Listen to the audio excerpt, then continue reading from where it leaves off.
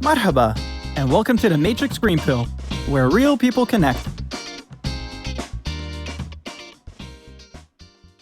Hello and welcome back to the Matrix Green Pill podcast. I'm Namita and today I'm excited to welcome Hiba Jaber to our podcast show. Hiba is the CEO and founder of Hiba Jaber, a contemporary fine jewelry brand for the modern independent woman. But without me revealing too much about our lovely guest, let's hear from Hiba herself. Hiba, welcome and thank you so much for joining us today. Hi, Namita. How are you? Thank you for inviting me over. Welcome to the show. So, Hiba, I'm sure most of our listeners are already familiar with your brand, but stepping into getting to know you, could you please introduce yourself? My name is Hiba Jaber. I'm Palestinian Jordanian. I'm a jewelry designer. I have two brands, Hiba Jaber and Almasati. The first brand I launched 5 years ago and the other one just about 2 years ago. I've always been into the creative industry and I've always dreamt of having my own brand. I've worked in different fields in the market until I was ready to launch my own brand. Hiba, we know you were born in Morocco. You grew up in Jordan, studied in the UK and Sri Lanka,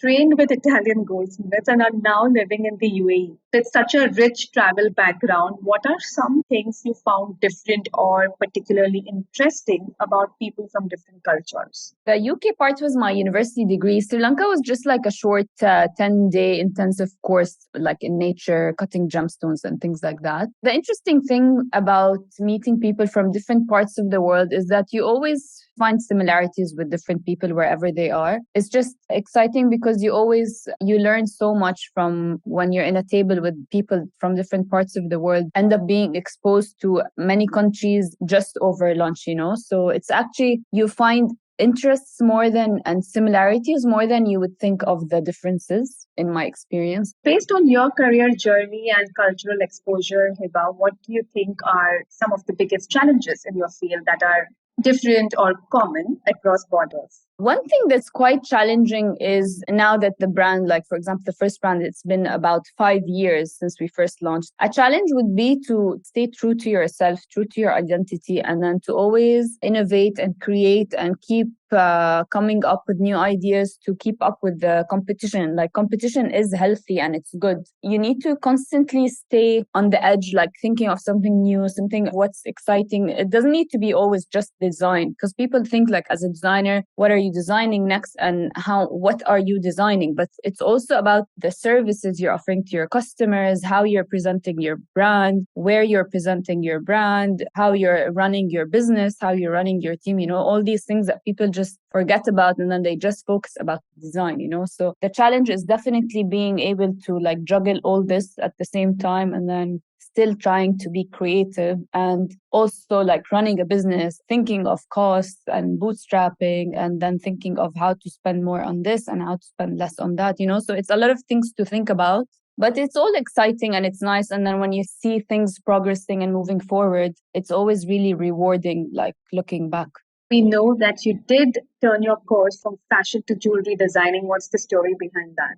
I kind of always knew I would want to have my brand in the future. I don't know how, I just had that vision, like I will have my brand name later in the future. So I was lucky enough that whatever experiences I did from an education point of view, I did fashion management, I did art and design. And then from a work experience, I don't know why, I was very focused from early on to get as much experience as I can, whether it was in fashion, and then I worked in editorial, and then I worked in buying. This all actually led me to then launch my brand. It wasn't like a shift from fashion to jewelry. I always had an interest in jewelry, but having those experiences and working in these different areas of the industry helped me later on have my brand and launch it the way I have. So it's an exciting journey. Hiba, as a businesswoman in your industry, what would you say has been your biggest achievement so far?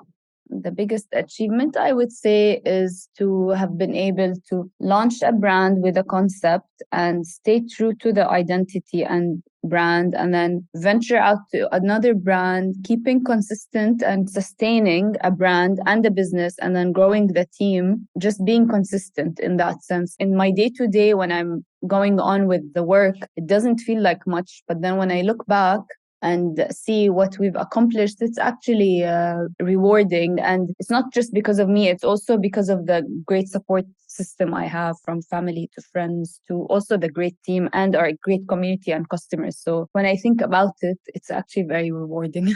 Absolutely. The journey itself is rewarding. And yeah, we should never forget the people who have stood by us and supported us in this journey. Can you share a story about a mistake or just something when you were starting your new business, a lesson you learned, some sort of takeaways? Maybe it will help women entrepreneurs who are planning to start or who just recently started their own business. One thing that really stuck with me when I was doing my course, I did the fashion design, jewelry making and designing in Florence the year before I launched. I had the concept like from 4 years before, and I took my time to develop it properly. In my design course, one of my teachers told me about a book called Big Magic by Elizabeth, the same one who wrote Eat, Pray, Love. And it's a book that really changed my idea of things in general. And one thing in specific, which is a mistake that we all do. We think that this is my idea and I don't want anyone to steal it. It's something that some designers do or some business entrepreneurs do in general. And it's the biggest mistake because this book tells you like ideas are energy and it just moves around until someone brings it to life.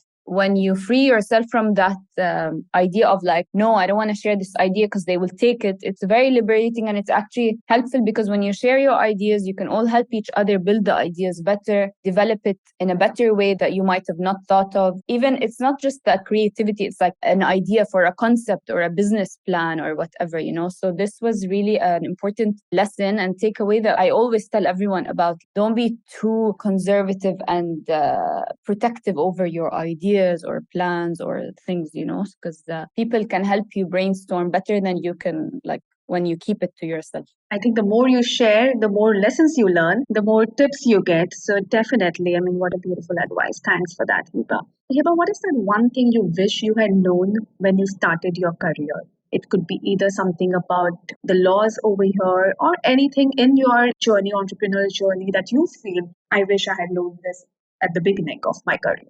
Delegation is a very important thing because when I started, it was all about I can do this and I can do that and I will do this and I will do that. When you grow a team and learn that actually you can delegate and help yourself grow your team and focus so that you can focus on things and someone else can focus on other things, it's actually a very good way to do things. It's not to save myself effort. I could have just managed, let's say, the time a bit better early on. Everything you do, you learn from it and then you grow from it. And then I guess, but maybe this one. Absolutely. Yes, you grow from experiences, and that's most important. So, Hiba, what are some of your future goals? What is next in line for you and for the brand? We're just constantly always launching new products, new lines, new services. We focus so much on our customer experience and we always want to make sure their convenience is a priority for us. So we just continue to launch new things in that sense. We're launching new lines for both brands, which is exciting. We just moved to our new office in Design District, which is a very big step for us. We will be fixing it over the next month or two to make it like a showroom experience for our customers, which we're very excited about. So for now, these are our main focuses for now, but it's just a constant launch of new services, new ideas, new concepts, new brands, new designs and stuff. So it's exciting. Congratulations on the new showroom. I'm sure it's going to be lovely. Thank you. So, Hiba, now we've come to an exciting segment of our show. We call it the rapid fire. It's our own version of the rapid fire round. So, we're going to ask you just 4 quick questions. And the first thing that comes to your mind after hearing the question, you have to just respond to it. Okay. So, Hiba, do you prefer weekends in or weekends out? In. Who's your role model, Hiba? My father. Favorite holiday destination? Florence. Tea or coffee? Tea. Coffee. Sorry. All right, but coffee first. Okay, this was quite rapid. Thank you so much for participating, Hiba. Thanks. And now, before we wrap up, we would like to ask you about your green pill moment. Are you ready for it? Yes, let's go. If you could take the green pill and start over, would you go about things differently? Honestly, I don't think I would because I feel like every single conversation and every single moment and every experience leads you to where you are. And I managed to have, I feel like my path towards the launch of my brand and everything was well kind of calculated. And I've always managed to find things to learn from whatever experience I had. So no, I wouldn't change anything. Okay, Hiba, thank you so much for taking the time to share your inspiring and lovely story with us here today.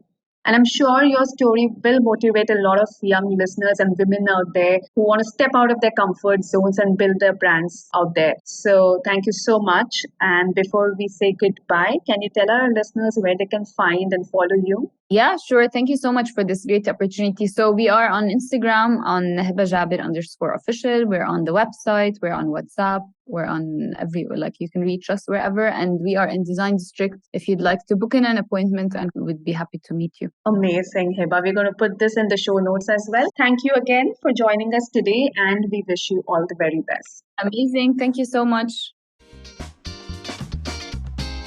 If you enjoy our conversations, please like and subscribe. See you next Wednesday.